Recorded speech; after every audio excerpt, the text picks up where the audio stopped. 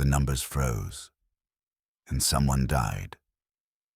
Welcome to Marple Mysteries. I am your host, Harrington. Tell me your city. I enjoy every message. Wolfe breaks the ice on a deadly secret. It was one of those raw Manhattan mornings when the wind comes off the river and slips a cold finger under the collar, no matter what you've got on.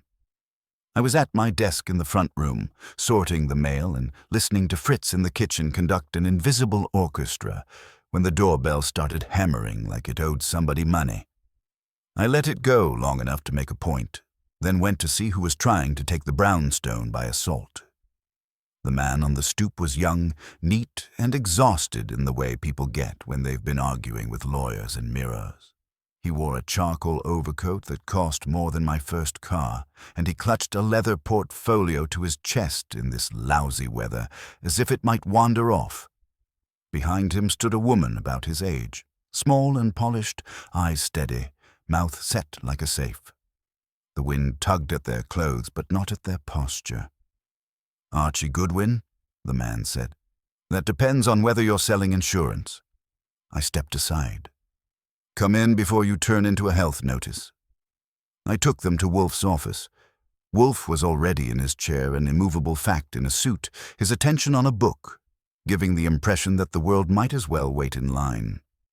"This is Mr. Wolfe," I said. "I'm Archie Goodwin. Names and reasons." The man cleared his throat. "Caleb Frost. This is my sister, Lila." Wolfe lifted his eyes. "I have not made an appointment." "No, we couldn't." Caleb's voice was tight. "We need your help today." Wolfe regarded him for 2 seconds. "Sit. Speak." They sat. Caleb put the portfolio on Wolfe's desk. "Our father died last month. Harrison Frost, founder of Frost & Rook." Wolfe said nothing. Caleb went on. "We inherited controlling shares through a trust. There's a clause that if either of us is declared unfit, control passes to the board. This morning I was told evidence is being sent to the SEC showing that I traded on inside information. It's fabricated. But if it lands, even if I'm cleared later, the board can declare me unfit by noon." Lila watched her brother like she was making notes without a pencil. Wolfe said, "Who told you?" "Our compliance officer. The evidence points to trades from a private account in my name. I never opened it. Somebody did, or somebody made it look that way." Caleb slid open the portfolio and showed a trail of statements and memos. Too clean to be amateur work. "You suspect the board," Wolfe said. "I suspect someone close enough to touch our systems and our reputations." Caleb leaned forward. "Stop the filing if you can. If not, tell us who is pushing us off the cliff." Wolfe's hands came together. "Why not your attorney?" "Because an attorney tells you what will happen after. It happens." Caleb swallowed once. "Father told us years ago that if the firm ever turned on us, we should find you." Lila opened her handbag and produced an envelope, heavy cream stock, addressed in a square hand I'd seen on checks and orchids. She handed it to me. I gave it to Wolfe. He slit it, read, and for a minute the only sound was the heating pipes remembering summer. When he finished, he folded the paper. "Your father anticipated an attempt at usurpation," he said. "He requested that I protect you from betrayal at your own table. He also provided an inducement sufficient to overcome my distaste for Wall Street melodrama." Caleb exhaled. "Then you'll take it?" "I will." Wolfe's voice was flat as slate. "But understand this. I will not be hurried by your clocks. Mr. Goodwin will examine these documents. I need a list of persons with access to your father's papers, the trust, and your trading infrastructure. I will speak to your compliance officer and your attorney." He looked at me. "Archie, telephone Saul Panzer. Then inform Inspector Kramer that I may require courteous cooperation." I stood. On it. "Meanwhile, Mr. and Ms. Frost, you're staying close. Wolfe likes his clients within reach when the weather turns. When a client says they need help today, it usually means yesterday was too late, and that makes for a cheerful workload." I rang Saul Panzer first. Saul doesn't do cheerful, but he does fast. After that, I called Kramer. He grunted, but agreed to come by after lunch. Then I went back to Wolfe's office with a pad. Caleb Frost was still on the edge of Wolfe's desk, trying not to look like he was doing it. Lila sat as if she'd measured the chair before lowering herself. Wolfe had resumed his book, the signal that I was to do the preliminary digging. "Let's get the cast," I said. "Who in Frost and Rook wants you two out, and who can make paper dance?" Caleb rubbed his forehead. "The board is 7 people. 3 are old guard who owe their careers to father. Malcolm Rook, co-founder, Dana Lasker, general counsel, and Irving Pell, head of fixed income. The other 4 are newer. Victor Haynes runs compliance. Serena Vale is chief operating officer. Armand Knox runs quant trading, and Judith Marsh is the outside director, former treasury." "And the trust?" I asked. "Administered by Lasker's department, but the trustee is a bank, Fiedler & Co.'s. Their rep is Evan Durr." Lila spoke. "Someone has been leaning on father's legacy. He was ill, the firm was aggressive, and they started acting as if the family was already out. Father wouldn't say names, but he kept a private file." Wolfe's eyes lifted. "A file? Where?" "In his safe at the office," Caleb said. "When he died, it was empty. We assumed counsel removed it." "You assumed," Wolfe murmured. I said, "Now walk me through this fake trading account." Caleb pulled a sheet from the folder. "It's in my name under a Shell LLC. Trades line up with confidential deal memos. The account was opened 18 months ago with a scan of my passport. The scan is real, but I never authorized it. Password resets used my old university email, which I haven't touched in years." "Who had your passport scan?" "HR, compliance, legal, and possibly Knox's group. Also father." "And who knew that college email?" I asked. Caleb blinked. "Lila. Father. My assistant, maybe. Anyone who dug for it." "You used it for that alumni trip in Zurich," Lila said. "You forwarded me the itinerary." "Right," he muttered. Wolfe set his book down. "Mr. Frost, did your father ever accuse any member of the board of disloyalty?" "No, he hated scenes. He'd rather win silently." "Then he has succeeded even in death." Wolfe looked at me. "Archie, you will go to Frost and Rook. See their compliance officer, Mr. Haynes. Observe the premises. If possible, examine the safe where the file was kept. Do not be diverted." I grinned. "You want a narrative? You got it. Any objections if I take Lila along? She can open doors. A wisecrack can't." Caleb started to protest, but Lila said, "I'm going. If they're framing my brother, they won't do it in a room full of polite men." Wolfe inclined his head. "Very well. Miss Frost, accompany Mr. Goodwin. Your brother will remain here and instruct his attorney to delay any SEC filing through procedure. I will speak to him after I have spoken to Mr. Haynes." Caleb looked like a man told to stay in a lifeboat while the ship still floated, but he nodded. On the sidewalk, Lila pulled her coat tight.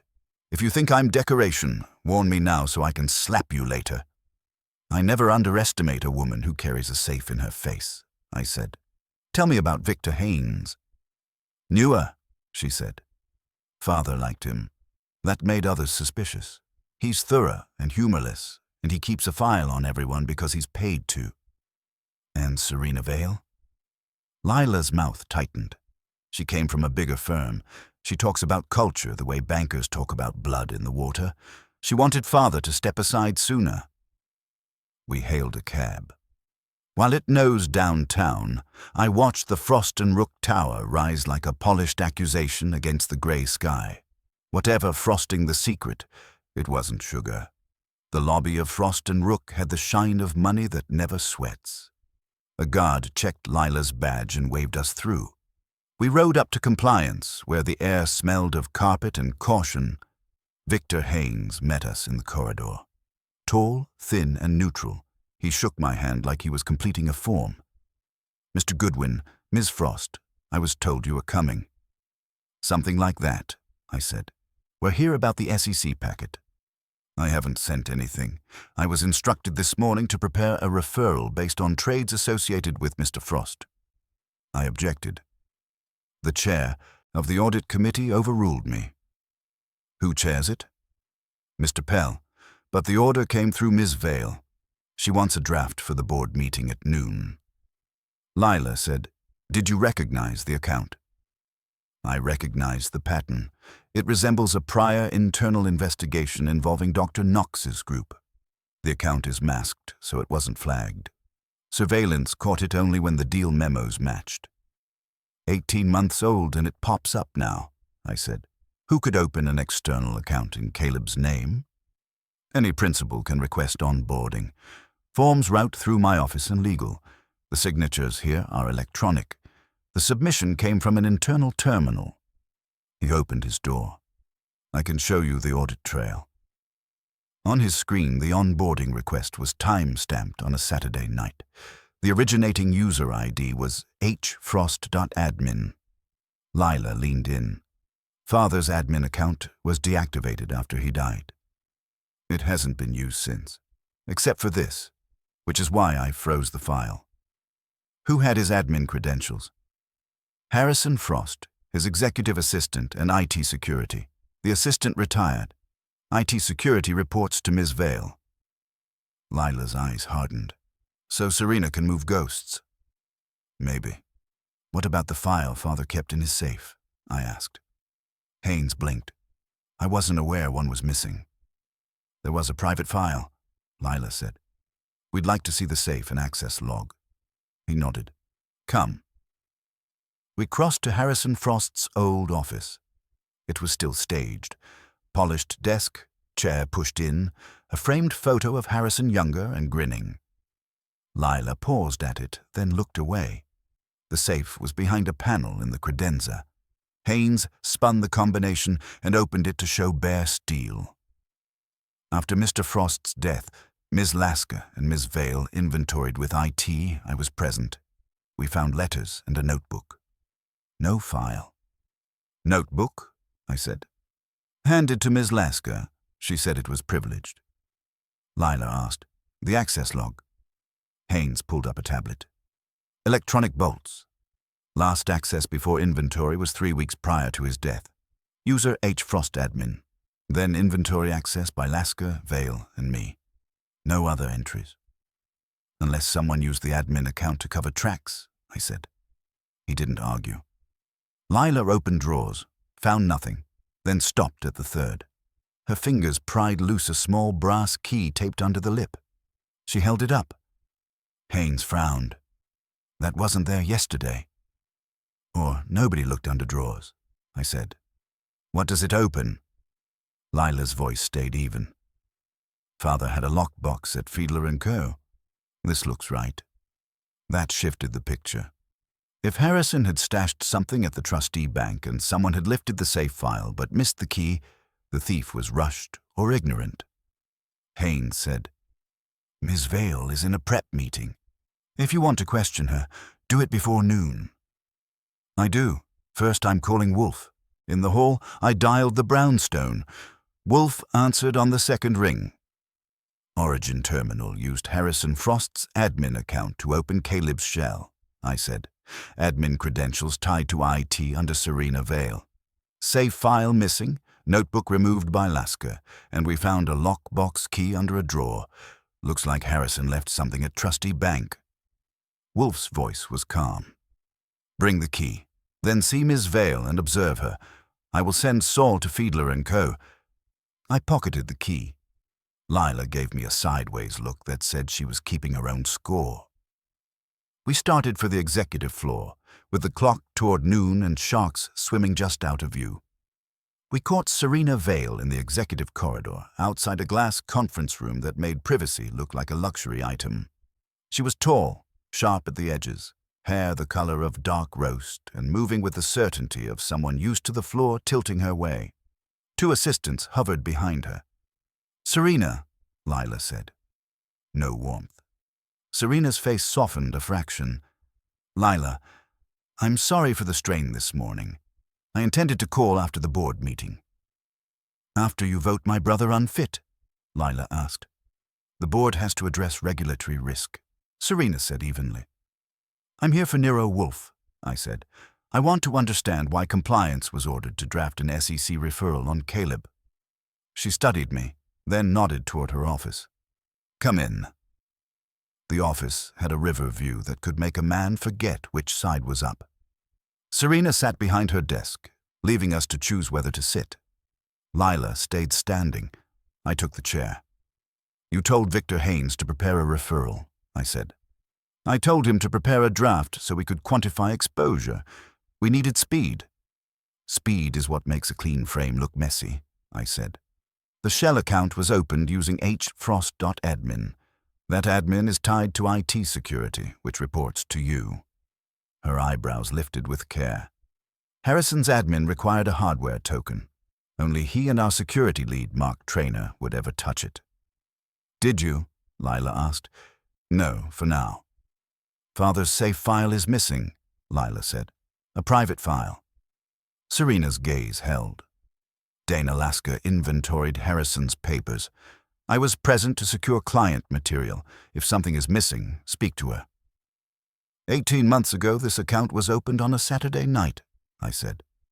Why would Harrison's admin be used then? Serena's mouth tightened. Harrison asked for remote access to work on restructuring models. I approved the exception, that's all. And the trades mimic a pattern that compliance linked to Armand Knox's group, I said. What happened to that investigation? Knox was reprimanded. Harrison chose not to escalate. He valued stability. Or loyalty, I said. She didn't answer that. Mr. Goodwin, insider trading allegations are poison. If Caleb is innocent, an immediate referral clears him faster. It also lets the board grab his shares before the ink dries, I said. Who benefits from that? The firm, she replied. Harrison built something bigger than bloodline. We left with her confidence quietly arranged behind us like furniture. In the hallway, Lila exhaled through her nose. She wants our seats. Maybe. But wanting isn't proof. Let's see Traynor.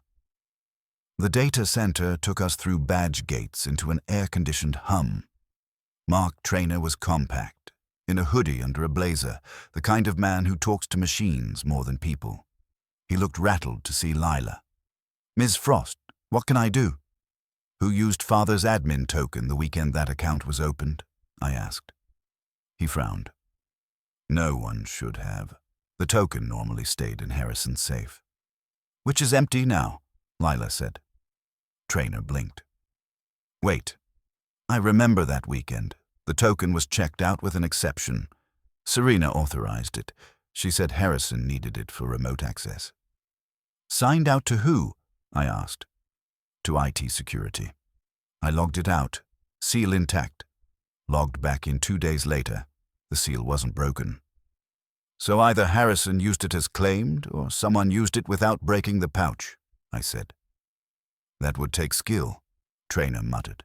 But the system records only the checkout window, not the hand that held it. Get me the token log and any camera coverage on the checkout, I said. Wolfe will want it, he promised, pale around the gills. We rode down. At the turnstiles, my phone buzzed with Saul Panzer's voice, low and brisk. I'm at Fiedler and Kerr. The key fits. Lockbox opened last week by Evan Durr and Dana Lasker together. Contents now, a sealed envelope addressed to Nero Wolfe. I'm bringing it. Someone had beaten us to Harrison's stash, but had left Wolfe a note anyway. I looked at Lila. Back to the brownstone.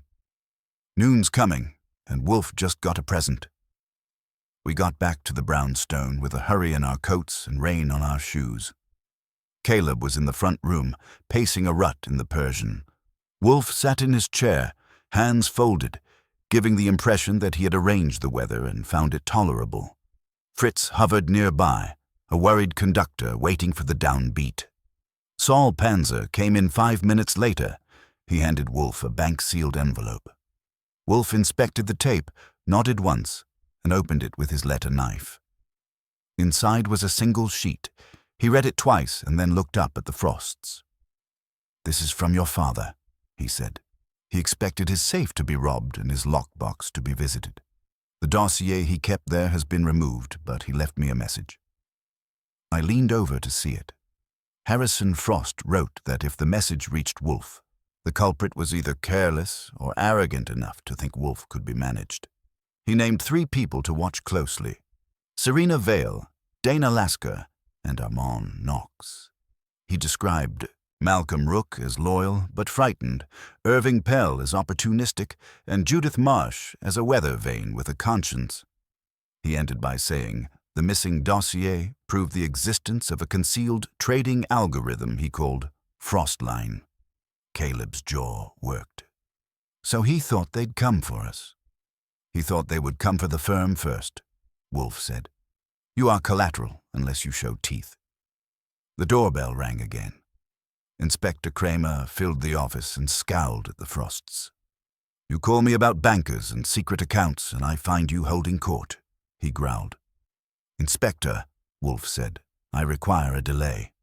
Frost and Rook intends to declare Mr. Frost unfit at noon based on falsified trades. You will discourage haste." Kramer's eyebrows jumped. "You want me to lean on a board of directors?" "No, merely remind them that accusing a man of a felony without inquiry is unwise when the district attorney is alert." Kramer stared at Caleb, then at me. "I'll make a call. If this blows up, it's on your head." He left without complaint. Wolfe turned to Caleb. "Your meeting is at noon. It will proceed but not conclude. I will attend by telephone. You will speak only when I instruct you." At 11:58, I set the speakerphone on Wolfe's desk. Caleb dialed in. The voices of the board came through crisp and guarded. Vale, Lasker, Pell, Knox, Haynes, Marsh, and Rook.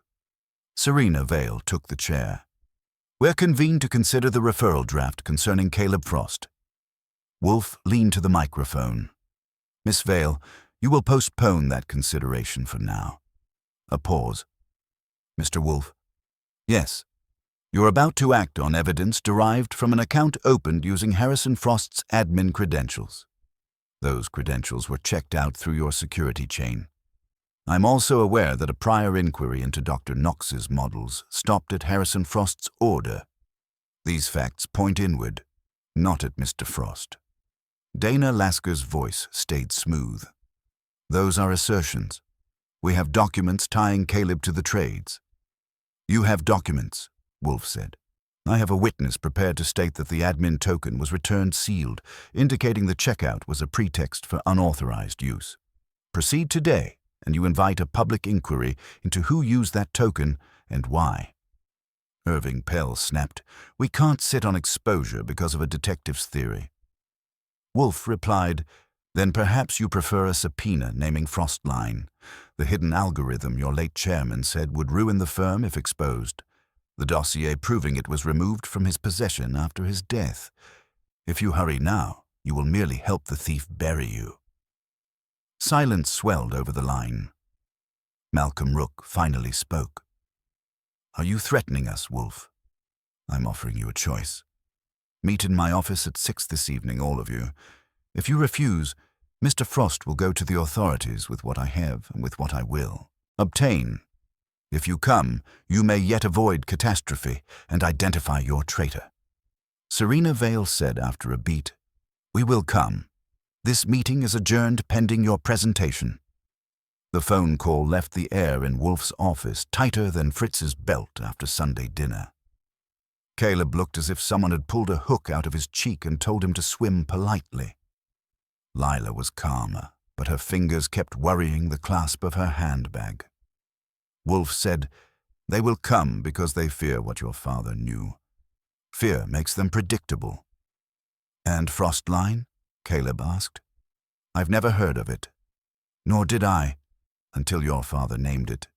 It is presumably an algorithm designed to conceal trading intent. Someone stole the dossier to protect it or to control it." Wolfe looked at me. "Archie, we need facts. Go to Mr. Trainer and obtain the token checkout logs and footage. Then find out where Mr. Knox was that Saturday night 18 months ago. I took a cab downtown. Trainer met me in the data center doorway, eyes tired and twitchy. He handed me a thumb drive. Logs and hallway footage. The checkout camera was down, but there's a corridor cam. We watched it together. At 8:12 p.m., Trainer walked out carrying a sealed pouch. 2 minutes later, a figure in a long coat, head bent, went into the security office. At 8:26, the figure left with the pouch under an arm. Grainy, but the gait was familiar enough to make my stomach turn. "Who is that?" I asked. Trainer licked his lips. "Serena Vale. She said Harrison needed the token. She picked it up herself. And the seal looked intact when it came back." "Yeah, I checked. I noted it." "Maybe you should have noted if it had been warm." I pocketed the drive. "Thanks, Mark. Keep your head down." Next, I rode to Armand Knox's floor. The Quant suite was quiet as a church on Monday. Knox sat in a glass cube, lean, bearded, too awake. He greeted me like a man who sees trouble as a data set. "Mr. Goodwin, I hear my name in the wind. Where were you on the Saturday night when Caleb Frost's shell account was opened?" He didn't blink. "Which Saturday?" "The one when Harrison's admin token went on a walk." He smiled thinly. "In Reykjavik for a conference. I can produce flight receipts."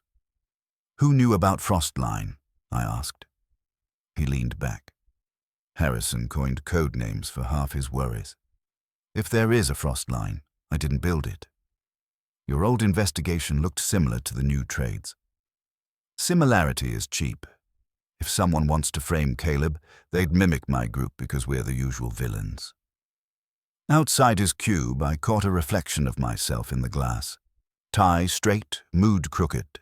Knox might be lying, but he wasn't rattled, and rattled liars are easier to spot. I wrote his Reykjavik claim down to check later and headed out. Either way, his calm bought time with Wolfe. I tried Serena Vale's level next, but reception said she was in prep meetings. I left word I'd see her at 6. On the ride uptown, I called Lila. She answered fast. "We're at Father's apartment," she said. "There's been a break-in." When I got there, uniforms were taping a door that had been neatly jimmied. Inside, drawers were open, cushions sliced, and a wall safe gaped like a pulled tooth. Lila stood in the mess, face white but eyes dry. "What was in the safe?" I asked. "Copies of Father's notebooks and his old hardware tokens. The one for the admin account was here." "So the thief wanted a backup," I said. "They didn't touch jewelry, just paper and tech." I called Wolfe from the hallway. Serena personally checked out the admin token on the onboarding night. Corridor cam caught her with the sealed pouch. Knox claims he was in Iceland, and Harrison's apartment was hit today. Someone stole notebooks and old tokens. Wolfe paused. "Excellent. The trespass confirms pressure. Bring the footage, and tell Miss Frost to come to the brownstone now.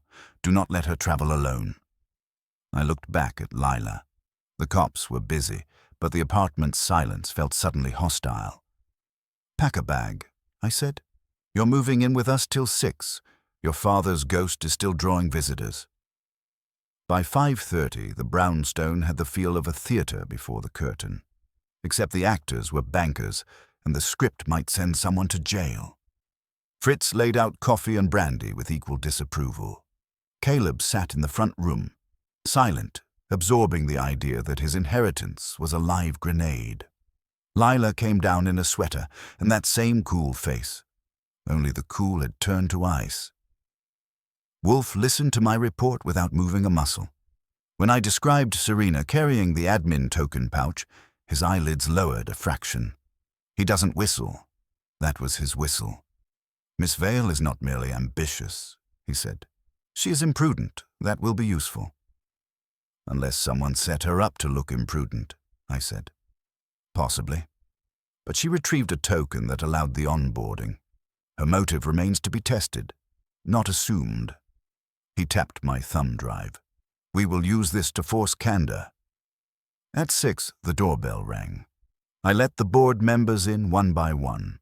They filed into Wolfe's office and took chairs with the caution of people used to deciding other people's fates.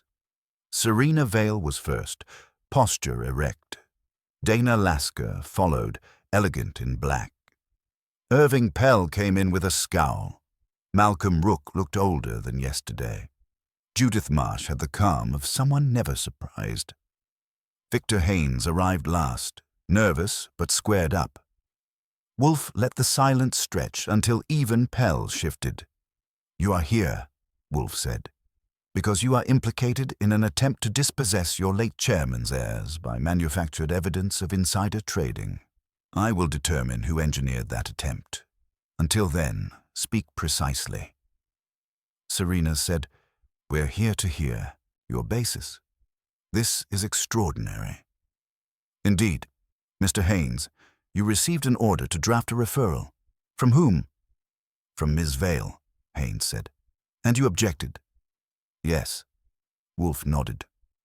"Dr. Knox, 18 months ago, an account in Caleb Frost's name was opened using Harrison Frost's administrative credentials. Do you deny knowledge of that account?" Knox spread his hands. "I deny it completely." "Where were you that Saturday night?" "In Reykjavik," Knox said. "Conference on market microstructure. I can show tickets." "We will accept that claim provisionally," Wolfe said. "Miss Lasker, you and Mr. Durr accessed Harrison Frost's lockbox last week and removed a dossier. Why?" Lasker's voice was smooth. "There was no dossier. There were personal papers and a sealed letter to you. We removed the papers to safeguard privilege." "Then you will explain the missing safe file from his office." "I cannot explain an item I never saw." Wolfe turned toward Serena. "Miss Vale, on the night the account was opened, you personally checked out Harrison Frost's admin token from security. A corridor camera recorded you carrying the sealed pouch. Why retrieve it yourself?" Her chin lifted. "Harrison called me. He was traveling, he needed access, and Mark Traynor was new. I took responsibility." "Did Harrison accompany you?" "No." "Did you open the pouch?" "No, the seal was intact when returned." "Yet the token was used. Either you opened it or it was opened by someone else while in your custody. Which is it?" Pell barked. Serena handled security as part of her job. Wolfe ignored him. "Today, Harrison Frost's apartment was burglarized and old tokens and notebooks were taken. Someone searches for his records with haste. That suggests fear. Who among you fears what he wrote?" They reacted in different shades. Rook swallowed. Marsh's eyes flicked to Lasker and back. Knox watched Wolfe steadily. Pell's anger slipped into wariness. Serena looked furious but tight-lipped. Lasker looked almost bored. Wolfe said, "I will now speak of Frostline. Harrison Frost believed you had created or concealed an algorithm to disguise trades and inflate performance. He called it catastrophic if exposed. Who knows of such a thing?" Knox said, "There is no Frostline." Pell snapped, "We don't run secret algorithms." Serena's mouth tightened. Lasker said carefully, "Harrison was ill. He sometimes used dramatic language." Wolfe watched them in silence, and I could feel the line tightening. From the hall, Fritz's footsteps retreated, and the house seemed to hold its breath with us, waiting for Wolfe to strike at last, cleanly. Wolfe leaned back in his chair. "Your denials are predictable," he said. "Let us move to what is not denied. Miss Vale obtained the admin token. Miss Lasker removed Harrison Frost's papers. Mr. Pell urged an immediate referral on Caleb. Each act might be innocent, but together they form a design." Serena's voice was clipped. "A design for what?" "For a conspiracy," Wolfe said. "And a conspiracy needs purpose. I'm now certain the purpose was not only to remove the heirs, but to seize control of Frostline." Knox laughed once. "There is no such algorithm." "Then you will welcome an audit of your models?" Wolfe said. Knox's smile thinned. An audit would halt trading. Exactly. Harrison Frost judged Frostline catastrophic if exposed. Someone feared his judgment enough to steal his dossier, and today they stole his backups. Lasker said smoothly, "You're guessing." "No, madam, I reason. Those backups were in Harrison's apartment, not his office. Only family and counsel knew." "Miss Frost, did you mention them to anyone?" Lila shook her head. "Only Caleb. Only father." "Then the burglar learned of them from an estate handler.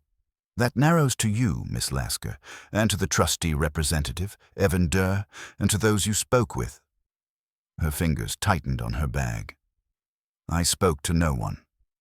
"You spoke to Mr. Pell," Wolfe said. "In the lockbox room. Mr. Pell, you were there." Pell jolted. "That's false." Wolfe nodded at me. "I played the bank corridor clip Saul had acquired. The image was rough. Dana Lasker leaving the vault with Irving Pell at her shoulder." Pell's face lost color. "Judith Marsh said." "Irving?" Pell cleared his throat. "I went to advise counsel." "You went to look," Wolfe said. "You chaired the audit committee pressing the referral. You had access to Harrison's token through Miss Vale's chain and to his papers through Miss Lasker. You also had motive. If Caleb were declared unfit, control passed to the board, and you were next in line." Pell stabbed a finger toward Wolfe. "You're weaving a tale." "I dislike tales. Here is a fact. The Shell account was opened on a Saturday night when Harrison's token was checked out. Miss Vale retrieved the sealed pouch alone. She says the seal was intact on return.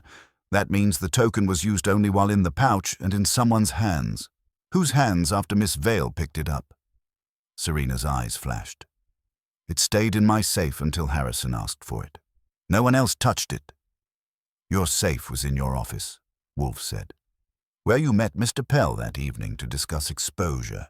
Your calendar shows it, and Mr. Haynes confirmed the time. Mr. Pell left your office with the pouch, returned it with a replacement seal from security stock, opened the Shell account, and seeded trades to be blamed on Caleb after Harrison died." Pell rose halfway, then sank back. "You can't prove I had a seal." Wolfe lifted a small evidence envelope. "From Harrison's apartment. The burglar dropped it in the study. It is a Frost and Rook security seal, batch numbered. Mr. Traynor traced that batch to your audit committee's secure file order." The room went still. Pell stared at the strip. Inspector Kramer's voice came from the doorway.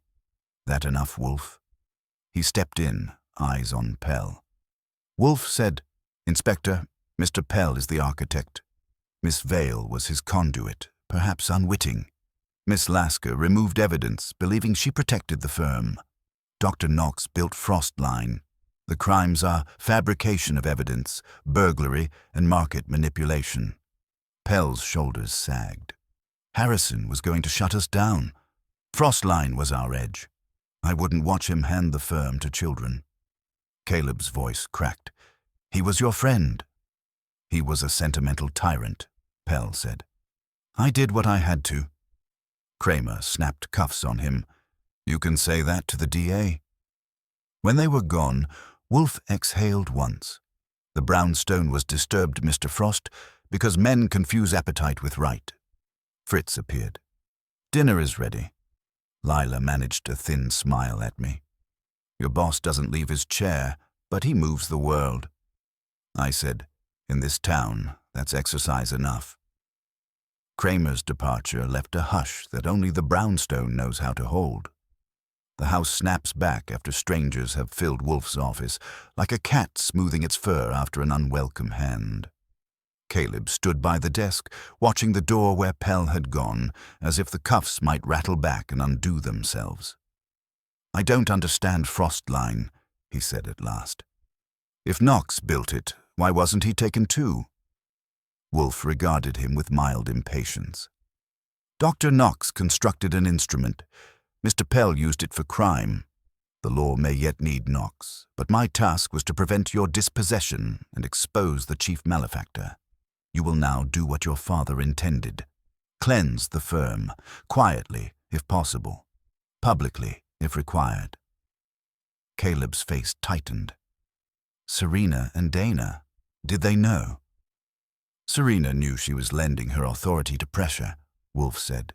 She may not have grasped Pell's full design, but she chose speed over probity.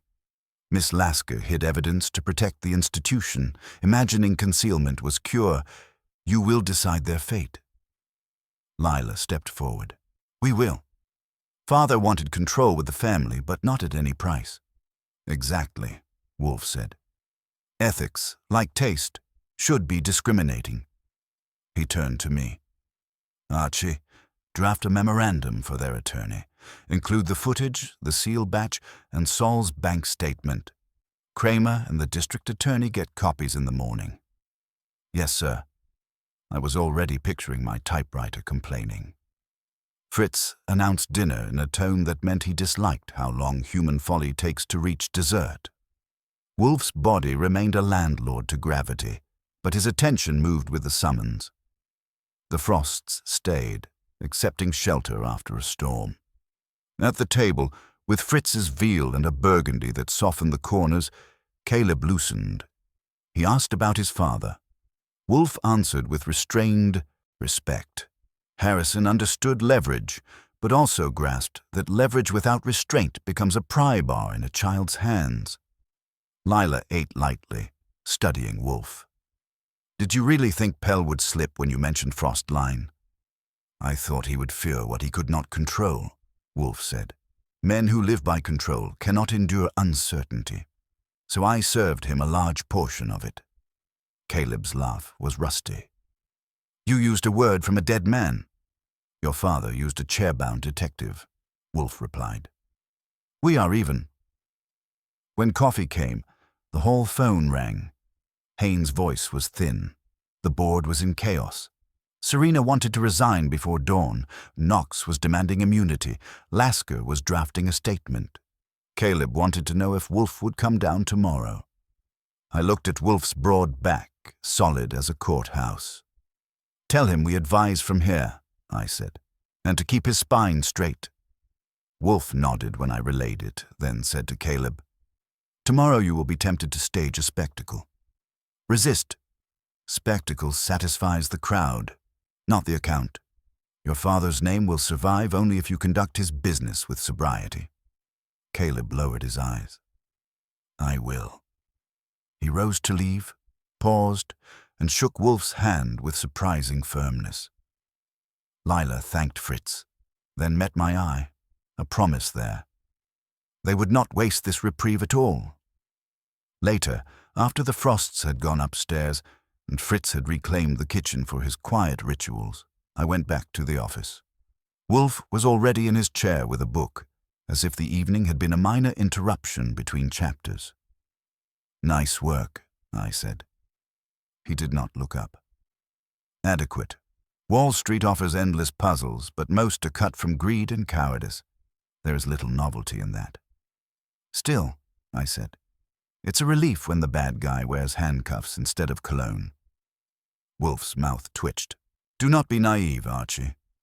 Greed is a perfume that clings long after the bottle is shattered. The antidote is a palate that refuses to be dulled. I grinned. I'll ask Fritz for something sharp, then. He finally looked at me, eyes calm. See that you do, and close the door. The house is ours again.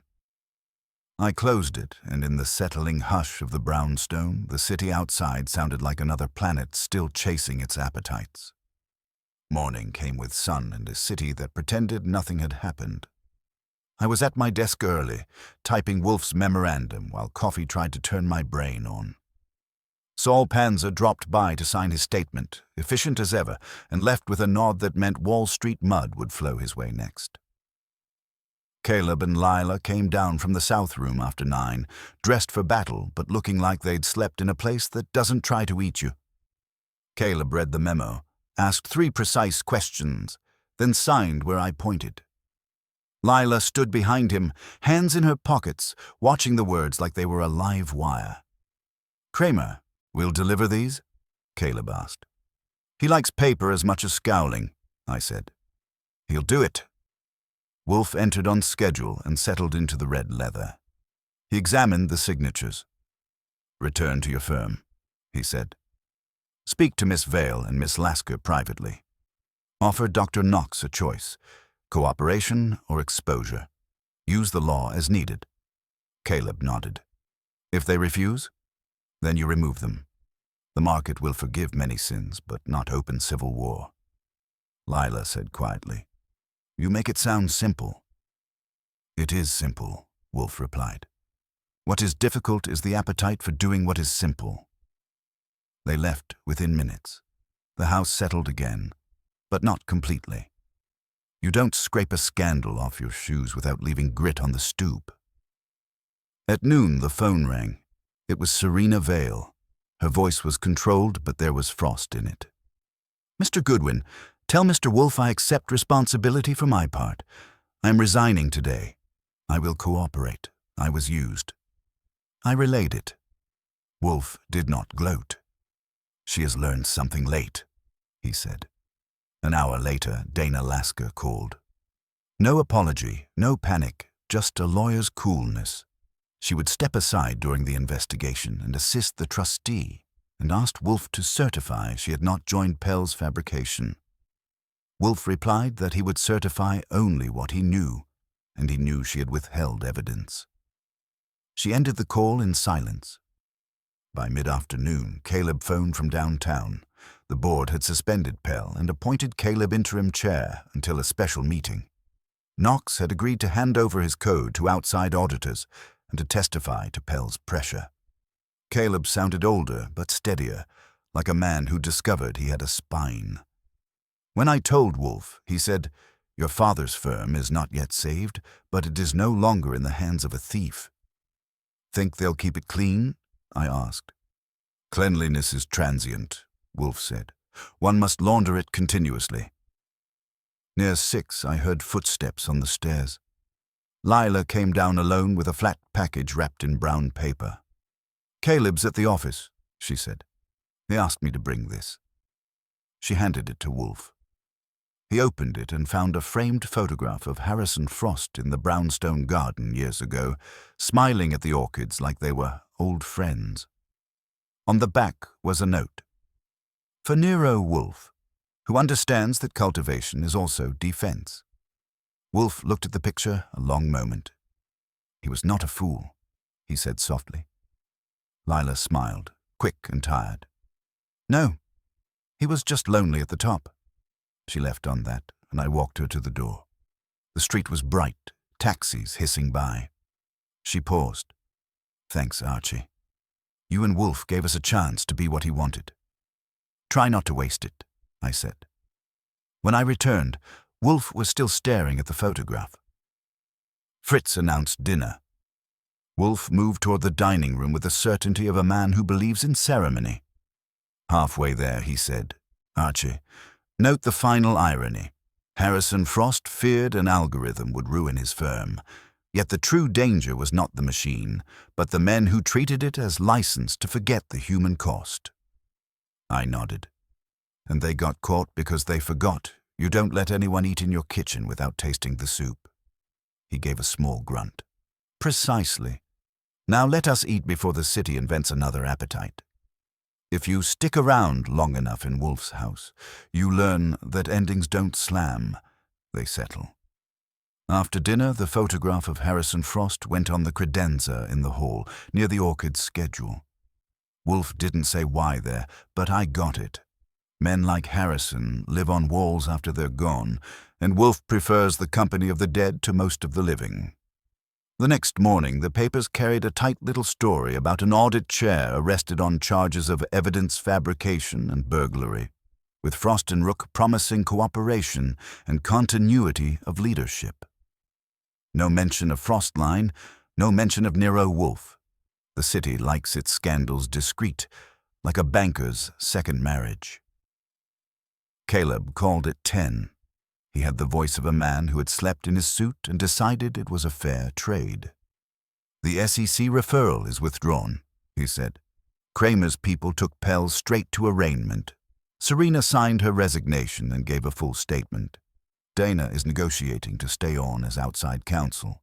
Knox is in a conference room with auditors and 3 aspirin bottles. I'm listening, I said. There's more. When we reopened Father's apartment after the burglary, we found a second safe behind a painting. It held a duplicate dossier. We didn't know it was there. Wolfe, listening from his chair, raised an eyebrow. Caleb went on. It's about Frostline. Father discovered it 2 years ago. It wasn't illegal by itself, but Pell used it to run shadow positions against clients. Father confronted him. Pell begged for time to unwind, promised reform. Father believed him, but he documented everything. He planned to remove Pell quietly after the trust transferred. He expected Pell to strike first.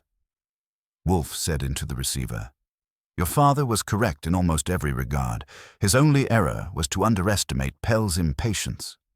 Caleb swallowed. He also wrote that if anything happened to him, Lila and I should keep the firm, but never keep a lie. We're going to publish the audit findings, even if it hurts. "Then you will honor him," Wolfe said. After the call, Wolfe stared at the orchid's lamp. "He set a trap for a man who lived by traps," he murmured. "It is a pity that justice often requires the victim to be a strategist." "Wall Street doesn't issue innocent certificates," I said. "You buy one with work." That afternoon, Inspector Kramer dropped by. He looked less annoyed than usual, which for him counts as a grin. "Your banker friend is singing," he told Wolfe. "Pell's giving up names to shave time. Seems he had a little clubhouse in the audit committee." "I am delighted to have contributed to your labor," Wolfe said. Kramer snorted. "Don't get poetic. If Frostline turns out as ugly as it sounds, there'll be hearings. You stay out of it." "I have no intention of testifying before a committee of amateurs," Wolfe replied. "Good." Kramer left. Evening drifted in. Fritz served apple strudel warm enough to make the kitchen smell like mercy. Wolfe ate in a contemplative silence I've learned not to disturb. When he finished, he dabbed his mouth and looked at me. "Archie, do you recall my phrase about appetite?" he asked. "Hard to forget. There are appetites that sustain life. Food, beauty, curiosity. And appetites that consume it. Power, speed, impunity. Harrison Frost devoted himself to the first and was wounded by the second. The tragedy is common. The lesson is rarely learned." I leaned back. "So what do we do?" Ban agreed.